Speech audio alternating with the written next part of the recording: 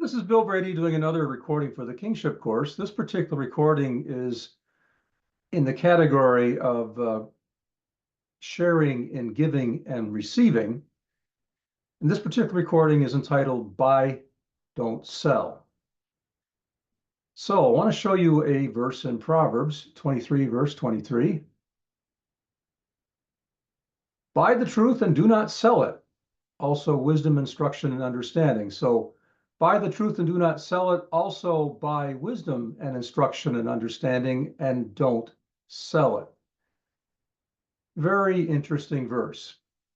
There is a difference between buying and selling and sharing and giving and receiving. When you share and giving and receiving, somebody gives and then somebody else gives to the person who gave. So both of them are giving.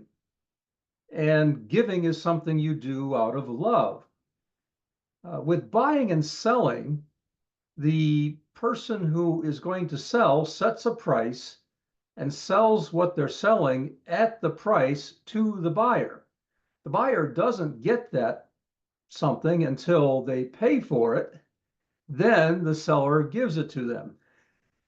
So it's a completely different thing from sharing and giving and receiving. The word sharing can also be fellowship. It actually comes from the Greek word for koinonia, for fellowshipping and giving and receiving. Paul spoke about fellowshipping with the church in Philippi in giving and receiving. He gave revelation to them, and they gave provision to him so that he could go to so he could have what he needed in the next church that he was going to function in, the next ecclesia, pardon me.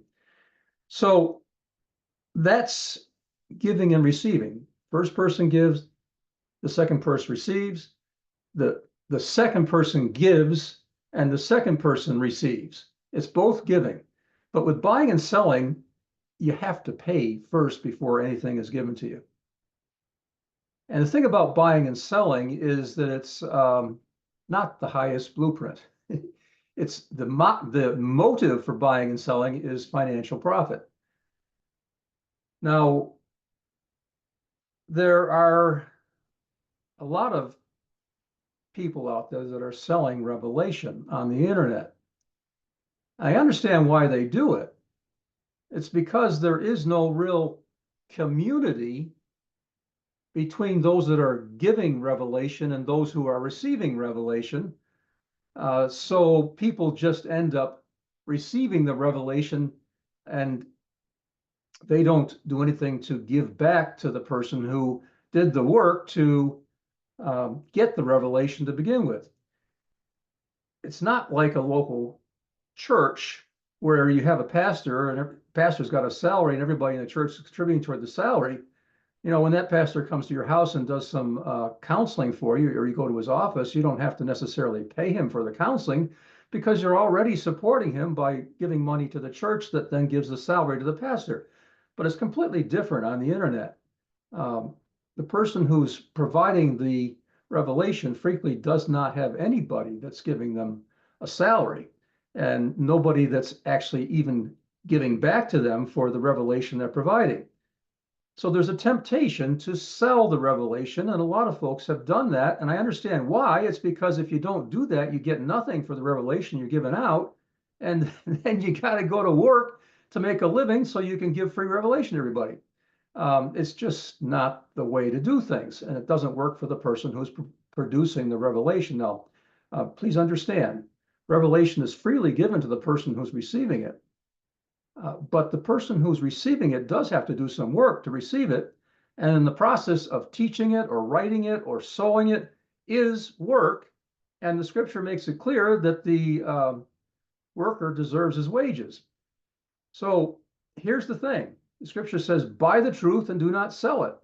Buy wisdom and do not sell it. Buy instruction and do not sell it. Buy understanding and do not sell it. Well, I've had to buy a lot of truth, wisdom, instruction, and understanding because it was being sold and there was no other way to get it apart from paying the seller's price to buy it so that I could get it. So I have bought a lot of revelation. I mean, I've downloaded teachings. I've signed up for schools and paid thousands of dollars be to be taught in a school.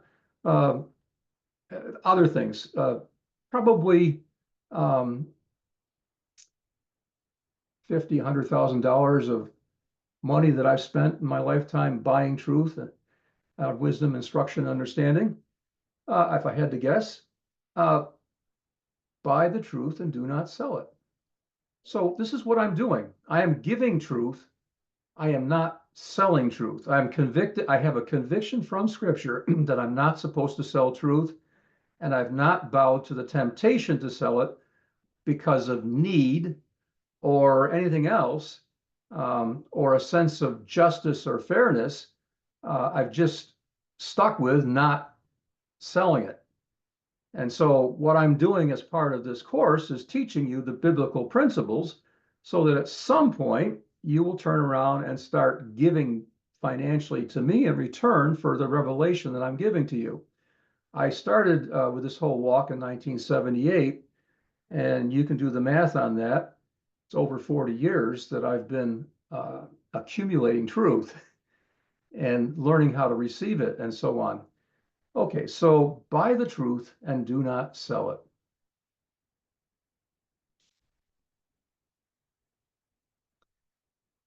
By the way, I'm exhorting you not for my benefit, but for your benefit, and I'll explain that at a later point.